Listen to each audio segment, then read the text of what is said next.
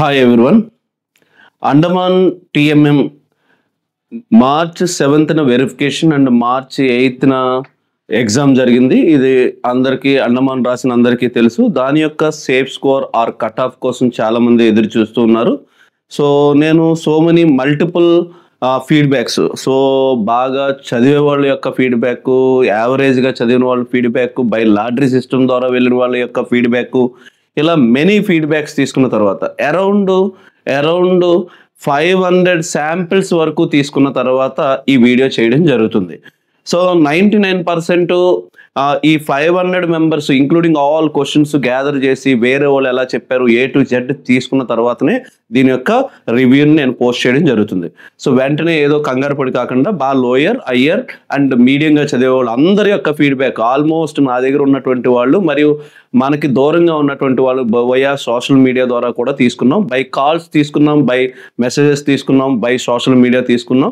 ఇలా around total attend అయినటువంటి స్ట్రెంత్లోంచి 10% of అటెండెన్స్ని base చేసుకొని నేను ఫీడ్బ్యాక్ తీసుకున్న తర్వాత మాత్రమే ఈ వీడియో చేయడం జరుగుతుంది. సో ఈ వీడియోలో మరికొన్ని ఇంపార్టెంట్ విషయాలు, ఎందుకని కట్ ఆఫ్ అనేది అలాగే ఉండడానికి గల కారణం ఏంటి, అసలు కట్ ఆఫ్ ఎంత ఉండడానికి పాసిబిలిటీ ఉంది, అసలు దానికి మెయిన్ రీజన్ ఏంటి అనేది మాట్లాడుతూనే, అండ్ ఎగ్జామ్ జరుగుతున్నప్పుడు ఏవేవి బెస్ట్గా మనకి స్టూడెంట్స్ అందరూ ఫీల్ అయ్యారు, ఏమేమి కొంచెం బ్యాడ్గానో ఇరిటేట్గానో లేదంటే ఏమైనా నెగిటివ్గా ఫీల్ అయినటువంటివి ఏంటి అనేది కూడా ఈ వీడియోలో మనం డిస్కస్ చేద్దాం. ఇన్ అడిషనల్గా మనకు ఖచ్చితంగా ఫర్దర్గా అండమాన్లో నెక్స్ట్ నోటిఫికేషన్స్ ఏమైనా ఉన్నాయా, ఉంటే వాటి యొక్క పొజిషన్ ఏంటి అనే దాని గురించి కూడా ఈ అండమాన్లో మొత్తం డీటెయిల్స్ అన్ని మాట్లాడదాం. సో ముందుగా మనం కనుక మాట్లాడితే ఈ అండమాన్లో ఎంతమంది అటెండ్ అయ్యారు అనేది మీకు ఐడియా ఉండుంటుంది. నేను ఆల్రెడీ టెలిగ్రామ్ ఛానల్లో పోస్ట్ చేశాను. సో ఇమ్మీడియట్గా ఎంతమంది వచ్చారో కూడా పోస్ట్ చేశాను. ఎగ్జాక్ట్ ఫిగర్ రాయకూడదు కాబట్టి 4670+ క్యాండిడేట్స్ ఎగ్జామ్కి అటెండ్ అయ్యారు. 4670+ క్యాండిడేట్స్ అటెండ్ అయ్యారు. దీన్ని 2 షిఫ్ట్స్ కింద డివైడ్ చేశారు. అసలు అందులో లేని వాళ్ళకి కూడా తెలియడం కోసం ఇది మాట్లాడుతూ ఉన్నాను. First shift, second shift. So estimation అయితే ఒకానొక సమయంలో చాలా ఎక్కువ మంది వస్తారేమో అని, అండ్ రోజుకి 2800 నుంచి 3000 వరకు షిఫ్ట్కి, అలా మొదటి రోజు 3 షిఫ్ట్లు, నెక్స్ట్ డే 3 షిఫ్ట్లు అనుకొని ప్లాన్ చేశారు. అయినప్పటికీ కూడా ఓవరాల్గా 2 షిఫ్ట్సే. అయితే ఎక్సలెంట్ విషయం ఏంట్రా అంటే వాళ్ళన్న టయానికి 2 or 2:30 కల్లా కంప్లీట్ ప్రాసెస్, వెరిఫికేషన్ ప్రాసెస్ అంతటిని కంప్లీట్ చేశారు. ఇది అందరికీ తెలిసినటువంటిదే.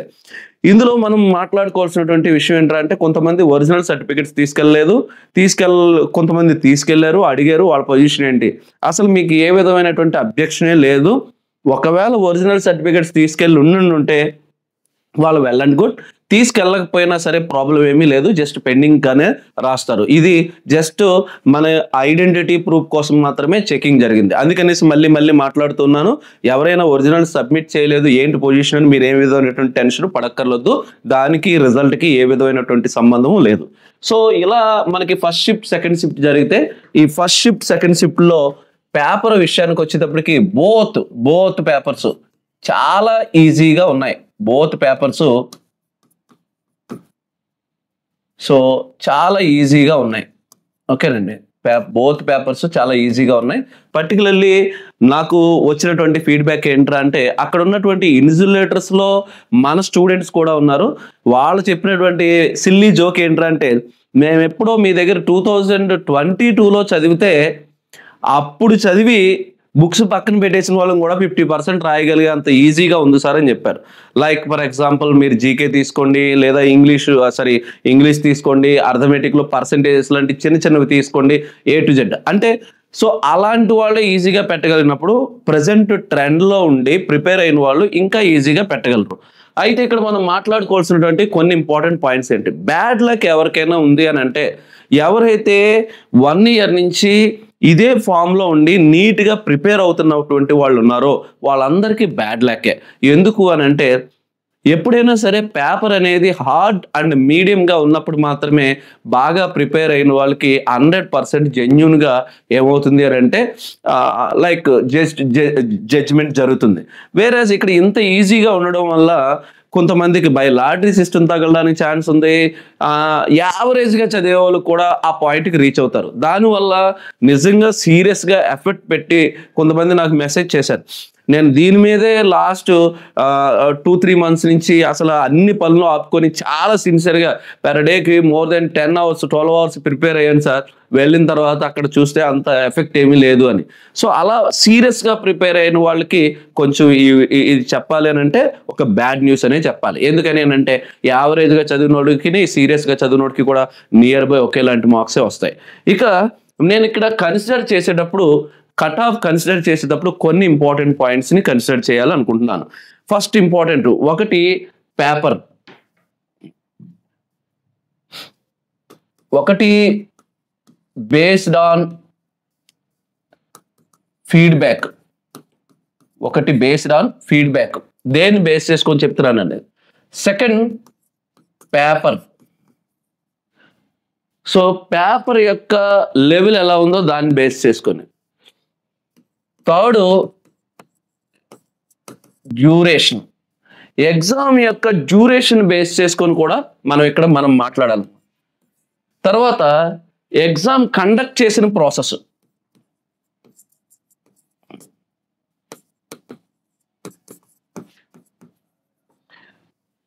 ఈ ఫోర్ ఇంపార్టెంట్ పాయింట్స్ మనకి చాలా చాలా ఏమంటారు ఇన్ఫ్లుయెన్స్ చేసినటువంటివి. ఒకటి బేస్డ్ ఆన్ ఫీడ్బ్యాక్. డిఫరెంట్ వాళ్ళు డిఫరెంట్గా పేపర్ ఈజీగా ఉంది ఓకే, ఎంత ఈజీగా ఉందనే దానికోసం కూడా మనం మాట్లాడదాం. అండ్ పేపర్ విషయానికి వచ్చేటప్పటికి ఆల్మోస్ట్ అందరూ అలానే ఫీల్ అయ్యారు. బాగా చదివే ప్రతి ఒక్కడు ఈజీగా ఉందనే ఫీల్ అయ్యాడు. అండ్ కొంతమంది ఎవరైనా నార్మల్గా చదివినోడు కూడా నేను 70 వరకు పెట్టానని ఫీడ్బ్యాక్ ఇస్తే పేపర్ మాత్రం డెడ్ ఈజీగా ఉందనే వాళ్ళు ఎక్కువ మంది ఉన్నారు.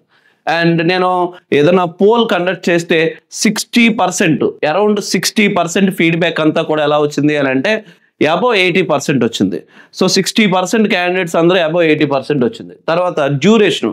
ద మెయిన్ డ్రాబ్యాక్ ఏమొచ్చింది అని అంటే మనకి క్వశ్చన్స్ వచ్చేటప్పటికి 120 క్వశ్చన్స్, మన క్వశ్చన్స్ వచ్చేటప్పటికి 100 క్వశ్చన్స్, వచ్చేటప్పటికి 100 క్వశ్చన్స్. ఇప్పటి వరకు ఏ ఎగ్జామ్ అయినా సరే 90 minutes ఉండాలి.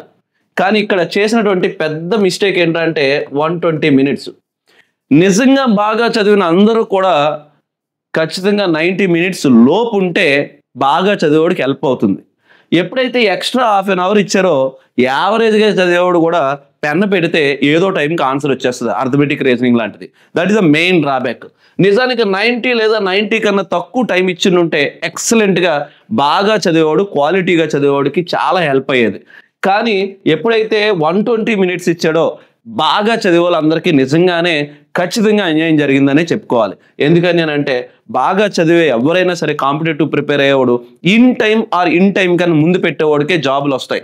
అది ఇంపార్టెంట్. కానీ ఇక్కడ ఏమైంది అని అంటే ఎక్స్ట్రా టైం ఉండడం వల్ల నార్మల్గా చదివేవాడికి కూడా ఉంది. తర్వాత conducting process, verification process is excellent. Organizing కానీ ఇమ్మీడియట్గా ఫాస్ట్గా అంత క్లౌడ్ని ఈజీగా మేనేజ్ చేసి ఈజీగా చేయగలిగాను. వేరాజ్ ఎగ్జామ్ కండక్ట్ చేస్తున్నప్పుడు అంటే నాకు వచ్చినటువంటి ఫీడ్బ్యాక్ బట్టి కండక్ట్ చేస్తున్నప్పుడు పక్క వాళ్ళు మాట్లాడుకోవడము, చాలా ఫ్రీగా వదిలేయడము ఇలాంటివి జరిగాయి అనేది కొన్ని ఏరియాల్లో, పర్టికులర్లీ కొన్ని లొకేషన్స్లో అలా జరిగాయని. So like for example okay area నుంచి వచ్చిన వాళ్ళు ఎక్కువగా మాట్లాడుకున్నారని, ఎక్కువగా డిస్కషన్ చేసుకున్నారని ఇలాంటి ఫీడ్బ్యాక్స్ అయితే ఖచ్చితంగా వచ్చాయి. దానివల్ల డ్రాబ్యాక్ ఏమవుతుంది, ఒక బాగా చదువుకోలేని వాడు ఒకడు బాగా చదువుకున్నటువంటి ఒక ఇద్దరు ఉన్నారు అని అంటే ఆ మూడో వాడు ముగ్గురు కలిపి ఒకేలా రాస్తారు. That is the drawback. So దీనివల్ల ఏమైందంటే ఆ బాగా చదువుకునే వాళ్ళు ఇద్దరైతే ఇంకొక బాగా చదువుకోలేనివాడు కూడా ఈజీ అయిపోయేది. సో అలాంటి కొన్ని మిస్టేక్స్ అయితే ఉన్నాయనేది నాకు తెలిసినటువంటి స్టూడెంట్స్ నుంచి వచ్చినటువంటి ఇన్ఫర్మేషన్. సో ఇవి మేజర్గా ఈ కన్సిడరేషన్ బేస్ చేసుకొని మనం మాట్లాడుతూ ఉన్నాం. దెన్ తర్వాత అండమాన్లో ఉన్నటువంటి ఎక్సలెంట్ ఏంట్రా అంటే ఎంతమంది అయితే లైక్ ఫర్ ఎగ్జాంపుల్ 362 పోస్ట్స్ ఉంటే ఎడిషనల్గా ఇంకొక 362 మెంబర్స్ని వెయిటింగ్ లిస్ట్లో తీసుకుంటాడు. 99%. అండ్ అగైన్ ఈ 362 waiting list is also fill అయిపోద్ది. ఎందుకని అంటున్నాను అని అంటే అక్కడ రిక్రూట్మెంట్ ప్రాసెస్ స్లోగా ఉండడము, మ్యాన్ పవర్ తక్కువగా ఉండడం వల్ల స్లోగా డిలే అవడంతో ఈ ఎగ్జామ్ అయ్యేలోపు, ఈ రిజల్ట్ అయ్యేలోపు, జాయినింగ్ అయ్యేలోపు ఫస్ట్ 3 monthsలో కొంతమంది జాయిన్ అయ్యి డ్రాప్ అయిపోయే వాళ్ళు కొంతమంది, ఈలోపే వేరే ఎగ్జామ్స్ క్వాలిఫై అయిన వాళ్ళు కొంతమంది, ఇలా రిపీటెడ్గా జరగడం వల్ల నెక్స్ట్ రిక్రూట్మెంట్ లేట్ అవడం వల్ల ఎడిషనల్గా కొంతమందిని తీసుకుంటాడు. అందుకని నేను ఓన్లీ 362 పోస్టుకి మాత్రమే కాకుండా ఎడిషనల్గా ఉన్నటువంటి 362 పోస్టులు కూడా, అంటే వెయిటింగ్ లిస్టు రీసెంట్గా మనం చూసుకుంటే waiting list 1, waiting list 2, waiting list 3, ఎస్కేకి 3 waiting లిస్టులు వచ్చాయి. అలా మనం లిస్ట్ చూసుకుంటే దాదాపుగా 3 వెయిటింగ్ లిస్టులు కలిపితే ఒరిజినల్ లిస్ట్ ఎంత ఉందో అంత ఉంది. సో కాబట్టి అరౌండ్ మనం 600+ పోస్టులు లేదా 700 పోస్టులు దాదాపుగా మనం ఎజ్యూమ్ చేసుకొని చెప్పాల్సి వస్తుంది. సో నేను ఈ ప్రాసెస్ అన్నిటిని బేస్ చేసుకొని ఈ ఏదైతే రివ్యూ ఉందో ఈ రివ్యూ మాట్లాడుతున్నాం. ఇందులో మనం మాట్లాడుకోవాల్సినటువంటి ఇంపార్టెంట్ విషయం ఏంటంటే ఎవరైతే సెలక్షన్స్ ఉంటాయో, అంటే యూఆర్ ఓబీసీ ఉంటుందో ఇది ఖచ్చితంగా 90 to 95 మధ్యలో 90 to 95 అబోవ్ ఏవైతే మార్క్స్ ఉన్నాయో ఇవి సేఫ్ స్కోర్. అయితే నేను అంటున్న పాయింట్ ఏంట్రా అంటే ఇది సెలక్షన్ లిస్ట్కి, ఇది దేనిదిరా అంటే సెలక్షన్ లిస్ట్. కానీ దేర్ ఈజ్ ఎ ఛాన్స్, నేను అంటున్న పాయింట్ ఏంటంటే ఛాన్స్ ఉంది.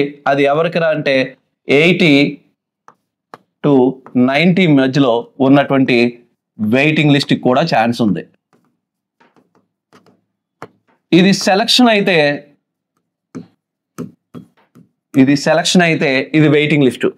ఒకవేళ మీరు ఈ జాబ్ తప్ప ఇంక వేరే జాబ్ ఏది లేదనుకున్న వాళ్ళకి 80 to 90 మధ్యలో యూఆర్ అండ్ ఓబీసీ అయ్యి ఉంటే 99% మీరు జాబ్ ఆర్డర్ వస్తుంది. కాకపోతే అది 1 year పట్టొచ్చు, 6 months పట్టొచ్చు, 1.5 year పట్టొచ్చు. అది నేను ఎగ్జాక్ట్లీ చెప్పలేను. కానీ మీకు ఏదో రోజు సెకండ్ లిస్ట్లో, థర్డ్ లిస్ట్లో, ఏదో లిస్ట్లో ఖచ్చితంగా నేమ్ రావడానికి ఛాన్స్ ఉంది. సో ఎంత మనం అనుకున్నప్పటికీ కూడా ఇది ఎంతమంది ఉన్నారు అని అంటే ఈ type of candidates silly mistakes ఈజీగా ఉన్నప్పటికీ కూడా ఓఎంఆర్ మెథడ్ అవడం వల్ల రీమోడిఫికేషన్ చేయడానికి అవ్వలేని వాళ్ళు చాలా మంది దగ్గర విన్నాను. అంటే ఒకసారి ఆన్సర్ పెట్టేసిన తర్వాత దాన్ని మోడిఫై చేయడం అవ్వదు. ఇదే ఆన్లైన్ ఎగ్జామ్ అయితే ఖచ్చితంగా మోడిఫై చేయడానికి అవుతుంది. ఎక్సెస్ టైం ఉన్నప్పుడు ఆలోచించినప్పుడు ఒరిజినల్ ఆన్సర్ వచ్చినా మళ్ళీ దాన్ని మోడిఫై చేయడానికి లేక ఎక్కువగా 90 లోపు ఉన్న వాళ్ళు కూడా చాలా మంది ఉన్నారు. దాన్ని బేస్ చేసుకునే నేను వేరే క్యాస్ట్ల గురించి నేను మాట్లాడట్లేదు. సో యూఆర్ అండ్ ఓబీసీ ఇలా అనుకుంటే ఒకవేళ ఎస్సీ, ఎస్టీ, మోస్ట్లీ ఎస్టీకి మాత్రం కొంచెం హైగానే ఉంటుంది. ఎందుకని అంటే ఆ ఏరియాలో ఎక్కువగా ఎస్టీస్ పార్టిసిపేట్ చేస్తారు కాబట్టి వీళ్ళకి మోస్ట్లీ 80 to 90 అనేది సేఫ్ స్కోర్ అవ్వచ్చు. బేస్డ్ ఆన్ పేపర్ గురించి నేను మాట్లాడుతున్నాను. సేఫ్ స్కోర్ అవ్వచ్చు, డైరెక్ట్గా సెలక్షన్ లిస్ట్లో ఉండొచ్చు. వీళ్ళు కూడా సేమ్ 70 to 80 మార్క్స్ మధ్యలో ఉన్న వాళ్ళకి వెయిటింగ్ లిస్ట్కి ఛాన్సెస్ ఉన్నాయి.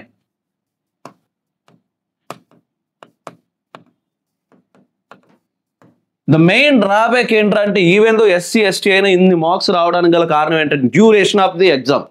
90 minutes ఉండాల్సినటువంటి ఎగ్జాము 120 minutes ఎప్పుడైతే ఉందో యావరేజ్ స్టూడెంట్ కూడా అక్కడికి రీచ్ అవ్వగలిగాడు. పేపర్ కూడా ఈజీగా ఉండడము అండ్ ఎగ్జామ్ హాల్లో కొంచెం ఫ్రీగా కన్వీనియంట్గా ఉండడము, ఇవన్నిటిని బేస్ చేసుకుంటే దిస్ ఇస్ ద ఏంటండి మినిమం. సో అలా కాకుండా మనం కనుక ఈడబ్ల్యూఎస్, ఎప్పుడు ఈడబ్ల్యూఎస్ అనేది చాలా తక్కువ మంది ఉంటారు కాబట్టి ఈడబ్ల్యూఎస్ అండ్ పిహెచ్, ఈడబ్ల్యూఎస్ ఎప్పుడు తక్కువ మంది ఉంటారు కాబట్టి దాన్ని బేస్ చేసుకుంటే మాత్రం కొంచెం తక్కువగానే ఉంటుంది.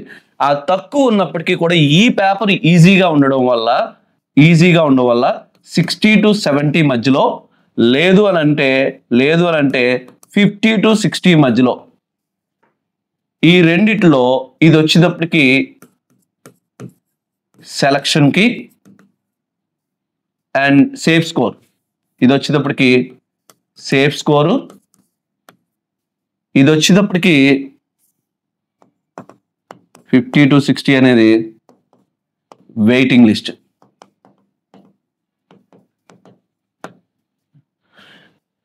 మోస్ట్లీ నేను తీసుకున్న 10% ఆఫ్ ఫీడ్బ్యాక్ని బేస్ చేసుకొని దిస్ ఇస్ ద ఏంటండి most of the cut off. So cut off is nothing but నా ఉద్దేశం ఏమంటున్నాను అని అంటే సేఫ్ స్కోర్. ఈ స్కోర్ మధ్యలో ఉండుంటే 99% మీకు వస్తుంది. కానీ నేను మళ్ళీ చెప్తున్నాను, ఎన్ని పోస్టులకి వేశాను అని అంటే 362 పోస్టులు ప్లస్ 362 పోస్టులు. ఖచ్చితంగా డబల్ పిలుస్తాడు, సింగిల్గా అయితే పిలవడు, ఇది నో డౌట్. ఎందుకని అని అంటే అండమాన్లో ఉన్నటువంటి డ్రాబ్యాక్ ఏంట్రా అంటే ఈలోపు వేరే ఏ పోస్ట్ వచ్చినా, లైక్ ఈలోపే ఏదో ఒక ఎగ్జామ్ జరిగినా, లైక్ ఏదైనా ఒక క్వాలిఫై అయినా ఎవరైనా సరే నాన్ లోకల్ కన్నా లోకల్కే ప్రయారిటీ ఇస్తారు. అలాంటి డ్రాప్ అయిపోయే వాళ్ళు చాలామంది ఉంటారు. అవన్నీ దృష్టిలో పెట్టుకునే అండ్ అగైన్ ఈ ఎగ్జామ్ కండక్ట్ చేసే ప్రాసెస్ అంతా కూడా ఎక్సలెంట్ గైడ్ లైన్స్ ఎక్కడి నుంచి వచ్చాయనంటే ఈఎన్సీ నుంచే వచ్చాయి. సో ఈఎన్సీ ఏదైతే ఉందో మన ఈస్టర్న్ నావల్ కమాండ్ వాళ్ళు చెప్పినటువంటి ఒబేస్, వాళ్ళు చెప్పినటువంటి రూల్స్ అండ్ రెగ్యులేషన్స్ పాటించి ఆల్మోస్ట్ ఎక్సలెంట్గా కండక్ట్ చేశారు, ఇన్ టైం కండక్ట్ చేశారు. ఎవరు కూడా ఇన్సైడ్ కానీ ఆ వెరిఫికేషన్ టైంలో కానీ ఏ విధమైనటువంటి ఇబ్బంది పడకుండా ఉన్నారు. ఈ విషయంలో ఎక్సలెంట్. ఒకవేళ ఇప్పుడు కనుక ఇది మోస్ట్లీ ఏప్రిల్ 30 లోపు ఆల్మోస్ట్ ఆల్ రిజల్ట్ అనౌన్స్ చేసి కంప్లీట్ చేయడానికి ఛాన్సెస్ అయితే ఉన్నాయి. అలా అని బిఫోర్ కూడా అవడానికి ఛాన్సెస్ ఉన్నాయి. నాకు వచ్చినటువంటి ఇన్ఫర్మేషన్ ప్రకారంగా ఏప్రిల్ 30 ఫినిష్ చేయాలి అనేది ఉంది. ఒకవేళ ఏప్రిల్ 30 ఫినిష్ చేసి ఉంటే 100% next time only individual body particularly ఏఎన్సీకి సపరేట్గా ఒక స్కిల్డ్ తీయడానికి ఛాన్సెస్ ఉంది. ఎందుకంటే 100% వాళ్ళకి ఒక రిక్రూట్మెంట్ ఉంది. సో నెక్స్ట్ వాళ్ళ ప్లానింగ్ కూడా ఏంటంటే ఇప్పుడు టీఎంఎం ఏదైతే సక్సెస్ఫుల్గా రన్ అవుతుందో, వన్స్ సక్సెస్ఫుల్గా రన్ అయ్యి ఉంటే అన్ని ప్రాబ్లమ్స్ లేకుండా రన్ చేసి ఉంటే ఖచ్చితంగా స్కిల్డ్ రిక్రూట్మెంట్ కూడా ఏఎన్సీలో ప్లాన్ చేస్తున్నట్టుగా మనకు వచ్చినటువంటి ఇన్ఫర్మేషన్. దాని తర్వాత వచ్చేటప్పటికి ఇక్కడ మనం మాట్లాడుకోవాల్సినటువంటి కొన్ని ఇంపార్టెంట్ విషయాలు ఏంటి అని అంటే, ఒకటి బాగా చదివిన వాడికి అయితే ఖచ్చితంగా అన్యాయం జరిగినట్టే. ఎందుకని అంటే పేపర్ మరీ యావరేజ్గా ఉండడం వల్ల. సో అందుకని ఎవరికి వస్తుంది ఎవరికి రాదు అనేది మనం ఎగ్జాక్ట్లీ చెప్పలేం. కాబట్టి ఈ లెవెల్లో నేను తీసుకున్న ఫీడ్బ్యాక్ అందరికీ వచ్చింది కాబట్టి బాగా రాసినటువంటి హ్యాపీనెస్తో ఎవరైతే అనుకుంటారో వాళ్ళు మాత్రం దయచేసి రిజల్ట్ వచ్చే వరకు వెయిట్ చేయకండి. ఏఎన్సీలో రిక్రూట్మెంట్ ప్రాసెసెస్లో బికాస్ ఆఫ్ స్టాఫ్ లెస్గా ఉండడం వల్ల. అందుకని దయచేసి ఆ రిజల్ట్ వచ్చేంత వరకు టైం వేస్ట్ చేయకుండా నెక్స్ట్ కమింగ్ సూన్ ఏ ఎగ్జామ్స్ ఉన్నాయో వాటి మీద ఫోకస్ చేయండి. మనం ఎప్పుడైనా సరే అపాయింట్మెంట్ ఆర్డర్ తీసుకునేంత వరకు కంటిన్యూస్గా ప్రిపేర్ అవుతూనే ఉండాలి. ఇది మైండ్లో గుర్తుపెట్టుకోండి. సో మాకు ఇవేవి చెప్పడం వల్ల ఏమంటారు, మాకేమీ కలిసి రాదు అండ్ దీనివల్ల నాకేమీ పోయేది లేదు. కాకపోతే మా దగ్గర ఉన్నటువంటి స్టూడెంట్స్ ఎవరైతే ఉంటారో వాళ్ళ దగ్గర నుంచి జెన్యూన్ ఇన్ఫర్మేషన్ తీసుకొని మనం ఇది కండక్ట్ చేస్తున్నాం. సో దీనికి సంబంధించినటువంటి ఫస్ట్ షిఫ్ట్లో క్వశ్చన్స్ జీకే అన్ని క్వశ్చన్స్ కలెక్ట్ చేసాం అండ్ సెకండ్ షిఫ్ట్లో అన్ని క్వశ్చన్స్ కలెక్ట్ చేసాం అండ్ అర్థమెటిక్ రీజనింగ్ ఏవైతే ఉన్నాయో ఆల్మోస్ట్ లొకేషన్స్ ఏ లొకేషన్స్ అనేది కలెక్ట్ చేసాం. టెలిగ్రామ్ గ్రూప్లో పోస్ట్ చేస్తాం ఈరోజు ఈవినింగ్ లోపు. And at the same time టెలిగ్రామ్తో పాటుగా ఏదైతే మొబైల్ యాప్ ఉంటుందో ఐ స్టడీ మొబైల్ యాప్, ఆ మొబైల్ యాప్లో ఒక పీడిఎఫ్ పెడతాం. కావాల్సిన వాళ్ళు ఒకసారి క్రాస్ చెక్ చేసుకోండి. అండ్ ఇది ఏఎన్సీ ఏదైతే ఉందో ఏఎన్సీ కోసం అండ్ ఏఎన్సీ కట్ ఆఫ్ కోసం మనం మాట్లాడుతుంది బేస్డ్ ఆన్ 10% అటెండ్ అయినటువంటి వాళ్ళలో 10%లో 90% జనం అందరూ కూడా బాగా చదివే వాళ్ళ దగ్గర నుంచే ఫీడ్బ్యాక్ తీసుకున్నాను. ఓకేనండి, యావరేజ్గా కాదు, బాగా చదివే వాళ్ళ దగ్గర నుంచి జెన్యూన్గా బై కాల్స్ మాట్లాడే మేము తీసుకున్నాం. కాబట్టి 99% ఈ ఛాన్సెస్ ఉంటాయి. ఒకవేళ మేము ఏదైనా మిస్ఫైర్ అయినా నేను అంటుంది తీసుకున్నటువంటి ఫీడ్బ్యాక్ని బేస్ చేసుకొని మాత్రమే మేము చెప్తున్నాం. అండ్ అగైన్ కొంతమంది అడుగుతూ ఉంటారు, ఎస్కే కోసం అడుగుతున్నారు. ఎస్కే కోసం నాకు తెలిసిన ఇన్ఫర్మేషన్ అయితే మాత్రం నేను ముంబై మనకు తెలిసినటువంటి ఒక ఎంప్లాయీని పంపించి హెడ్ క్వార్టర్స్లో అడిగినప్పుడు మార్చ్ ఆర్ ఏప్రిల్ అని చెప్పారు. బట్ ఇదే న్యూస్ కోసం నేను ఈఎన్సీకి నాకు తెలిసినటువంటి ఒక హైయర్ అథారిటీ పర్సన్ అడిగినప్పుడు అతను మేలో అని చెప్తున్నాడు. సో నా దగ్గర అయితే ఎగ్జాక్ట్ ఇన్ఫర్మేషన్ అయితే లేదు. అక్కడ ముంబై వాళ్ళు అలా చెప్తున్నారు, ఇక్కడ ఈఎన్సీ వాళ్ళు ఎలా చెప్తున్నారు. సో ఎగ్జాక్ట్ ఇన్ఫర్మేషన్ లేదు. ఉంటే ఖచ్చితంగా హానెస్ట్గా జెన్యూన్గా పోస్ట్ చేస్తాం. ఏదైనా బై మిస్టేక్ ఏదైనా చెప్పినా ఖచ్చితంగా అది ఇమీడియట్గా ఏమంటారు ఇలా మేము అనుకొని చెప్పామని చెప్తాం. So this is about ANC ఏంటంటారు ఏఎన్సీ కట్ ఆఫ్.